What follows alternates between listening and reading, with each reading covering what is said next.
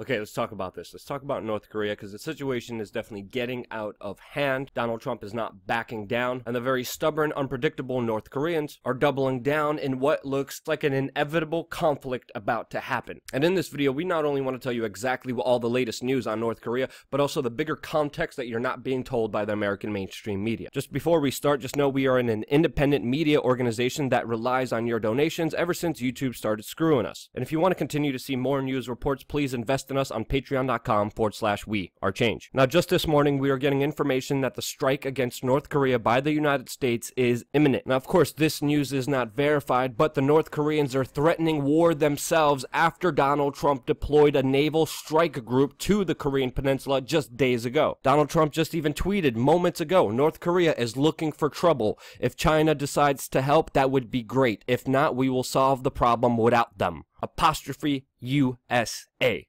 North Korea, obviously threatened by the U.S. strike force, which has nuclear weapons capabilities, is warning the United States that they would strike and fight back against them. This is on the heels of North Korea potentially testing more nuclear weapons. According to some sources, they are prepared and ready to test 6 nuclear weapons. Now, the leader of North Korea says that he has 14 nuclear-capable missiles that can hit Chicago, Seattle, or even Toronto, but those missiles have not been tested. And according to many experts, if North Korea does try to test these nuclear weapons, the United States will use this as an example to preemptively strike North Korea. Now, this is all on the heels of the Chinese president visiting the White House and meeting with Donald Trump, where obviously the two world leaders discussed what they will do with North Korea. And we are seeing some of the effects of that meeting, since China is refusing a dozen cargo ships of coal from North Korea. The ships have been turned back by the Chinese, and the Chinese have deployed 150,000 troops on the North Korean border to supposedly deal with North Korean refugees.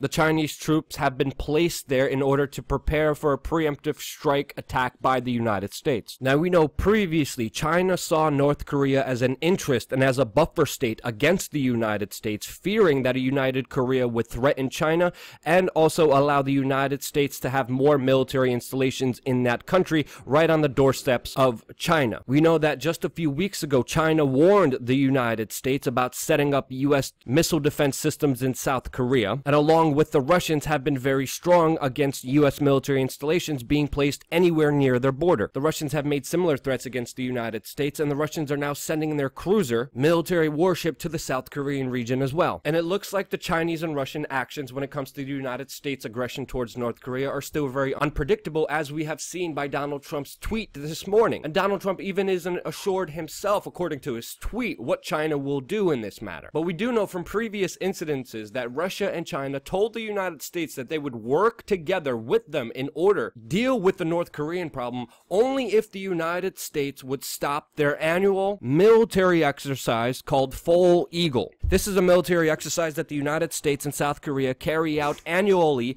and it is their preparations and military drills where they literally plan on invading North Korea and dropping nuclear weapons on them. This military drill happens every single year to the protest of the Chinese and Russians, who have promised greater cooperation with the United States only if the United States stops this military drill, and they do not. And every time the U.S. and South Korean military practice invading and destroying North Korea, North Korea always responds with a missile launch and more nuclear tests. As we know, there's a large force of U.S. military personnel in and surrounding the Korean Peninsula, and obviously they're preparing for the worst case scenario unfolding just moments from now. I strongly recommend you check out this video I did with James Corbett of the Corbett Report, an independent journalist who's located in Japan, to get a greater context on the issue and exactly what is happening between the United States, China, Russia, and North Korea. The video will be in the description below.